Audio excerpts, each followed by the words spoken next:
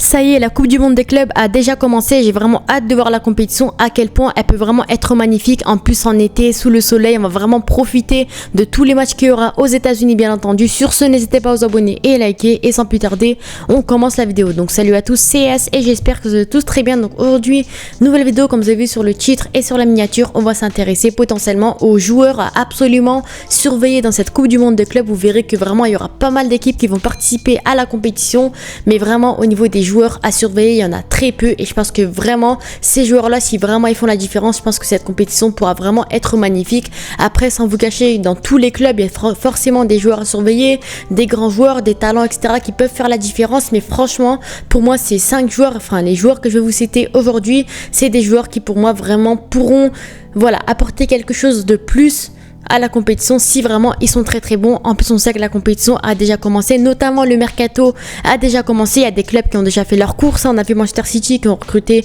3 joueurs, le Bayern, Real Madrid. Il y a pas mal de clubs déjà qui ont déjà commencé leur mercato, donc je pense que ça peut vraiment être très très intéressant, justement cette Coupe du Monde à surveiller notamment. Et on sait qu'il y a notamment des joueurs, des talents qui ont beaucoup fait parler d'eux cette année en championnat. Donc je pense que vraiment également ils pourront être intéressants, on va dire, dans cette prochaine Coupe du Monde. Donc sans plus tarder, bien sûr, on commence par le premier talent. Et bien sûr, qui d'autre que Ryan Cherki, bien entendu, qui a récemment rejoint Manchester City pour environ 40 millions d'euros. Donc Ryan Cherki qui sort vraiment d'une énorme saison du côté de l'Olympique Lyonnais. Il a fini meilleur passeur de Ligue 1, meilleur dribbleur de Ligue 1, meilleur passeur d'Europa League. Et notamment il a fini meilleur jeune joueur d'Europa League. Donc clairement Ryan Cherki, il a fait parler de lui dans le monde entier cette saison tellement il était bon. Il a fini sa saison avec 12 buts et 20 passes D, toutes compétitions confondues. Donc clairement ce joueur-là, c'est un joueur à vraiment surveiller pour cette prochaine Coupe du Monde. Il a même fini dans le 11 type de la saison en Ligue 1 et on sait qu'il a récemment rejoint Manchester City puisqu'on sait que Kevin De Bruyne, la légende, a quitté le club pour aller à Naples. Donc Manchester City cherchait un nouveau numéro 10, un nouveau technicien, un nouveau maestro à ce poste-là. Et qui d'autre? Ils ont bien sûr pensé à Ryan Cherki, le jeune talent français qui est vraiment très très bon cette saison. Donc on sait qu'il aura bien sûr un rôle très important de milieu offensif à Manchester. On sait que Guardiola, vraiment Cherki sous Guardiola, ça peut vraiment être magnifique. Il pourra servir des caviars, des bons ballons pour Haaland et ses ailiers. En plus ses ailiers, Omar Marmouche, Savigno, Doku, voilà, il a vraiment des grands joueurs sur les côtés également. Donc franchement Ryan Cherki, pour moi, s'il est bon, tellement il peut vraiment impressionner le monde entier s'il est bon à cette prochaine compétition.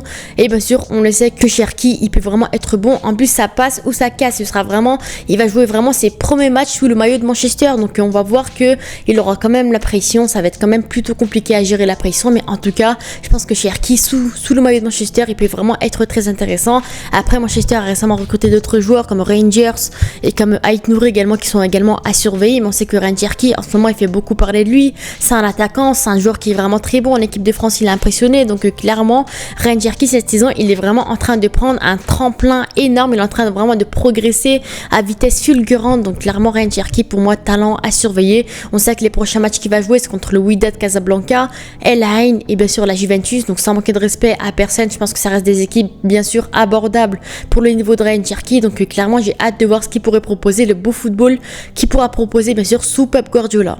On passe maintenant au deuxième joueur qui est bien sûr Ousmane Dembélé. On sait qu'il sort d'une saison extraordinaire du côté du PSG. Il a rejoint le club il y a 2 ans maintenant. Et là, cette saison, depuis que les stars sont partis, les Mbappé, etc., vraiment, il est en train de tout casser au PSG. Il a tout gagné cette saison. La Ligue 1, la Coupe de France, la Ligue des Champions, il a tout gagné vraiment.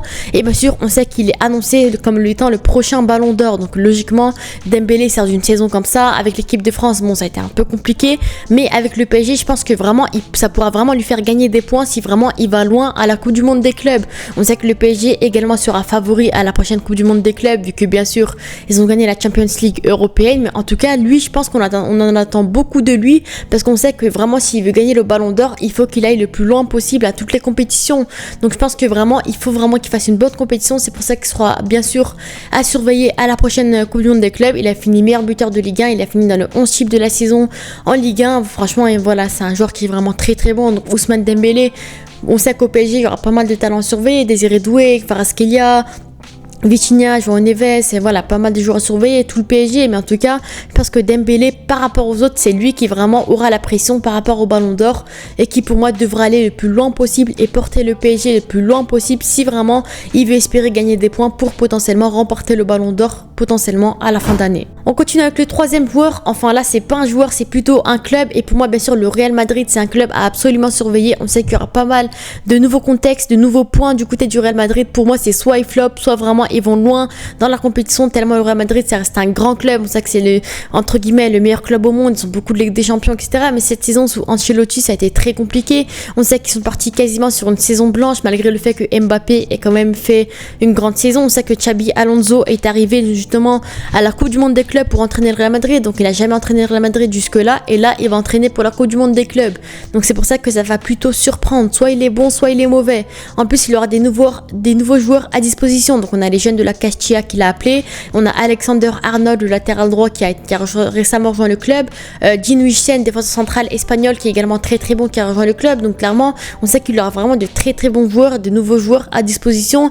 Xabi Alonso, ensuite on a des joueurs qui auront un nouveau rôle comme Arda Güler qui malheureusement a très peu joué sous Ancelotti et je pense qu'il aura vraiment un rôle très important sous Xabi Alonso en tant que milieu offensif. On a des joueurs également décevants comme par exemple Vinicius Junior qui cette saison a quand même été un peu compliqué, donc clairement on voit que le Real Madrid a quand même un contexte assez particulier, donc c'est pour ça que pour moi c'est une équipe absolument surveillée également.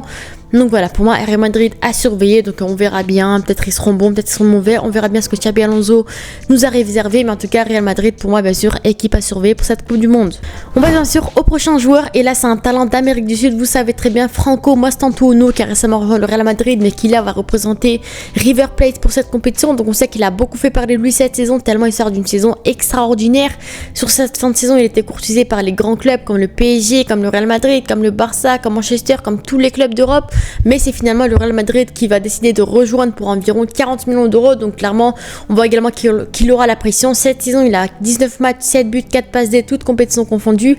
Il avait même impressionné sur l'échelle continentale en Amérique du Sud en Copa Libertadores. Donc clairement, ce joueur-là, il est vraiment très connu du public en Amérique du Sud. Donc on verra bien ce qu'il pourra proposer, on va dire, aux yeux du monde entier, à l'échelle internationale, ce qu'il pourra proposer face à des équipes européennes notamment, qui restent quand même les meilleures équipes au monde. Mais en tout cas, Franco Mastantuono, ça reste un grand talent. On sait que, selon certains, on sait que c'est lui qui a porté River Plate cette saison. Si Mastantuono était bon, River Plate gagnait. Si Mastantuono était mauvais, River Plate perdait. Donc clairement, moi j'ai hâte de voir ce que Mastantuono pourra proposer également avec River Plate. Et on finit bien sûr avec le dernier joueur qui est bien sûr Michael Olise du Bayern Munich. Donc pareil, c'est un grand talent qu'on parlait beaucoup cette saison. Donc en ce moment, on n'en parle plus trop. Je sais pas pourquoi, mais en tout cas, lui, c'est le meilleur joueur de la saison au Bayern. Tellement, c'est sa première saison en Allemagne, c'est sa première saison au Bayern. Et pourtant, il a vraiment impressionné le monde entier. Il a même fini meilleur passeur de Bundesliga cette saison, toutes compétitions confondues. C'est 50 matchs, 17 buts, 21 passes D pour sa première saison en Allemagne. C'est vraiment excellent. Donc clairement, Michael Olise, pour moi, si vraiment il est bon dans cette compétition, clairement le Bayern pourra aller très loin potentiellement. Je pense que vraiment il pourra aider le Bayern, déjà qui reste quand même une assez bonne équipe, hein. Ils ont gagné la Bundesliga, c'est une équipe plutôt intéressante le Bayern, avec Harry Kane, avec des Kimmich, avec des... Voilà, ils ont pas mal de joueurs vraiment très intéressants. Donc clairement le Bayern, pour moi, voilà, en ce moment ils ont... c'est pas leur prime cette année, c'est pas leur meilleure équipe qu'ils ont connue, mais en tout cas ça reste quand même une équipe qui peut faire très très mal. Donc pour moi, si Michael Olise il est vraiment en forme dans cette compétition, clairement le Bayern pourra vraiment aller loin dans cette prochaine compétition, bien entendu.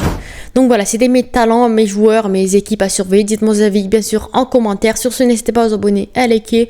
On se dit à la prochaine. Ciao.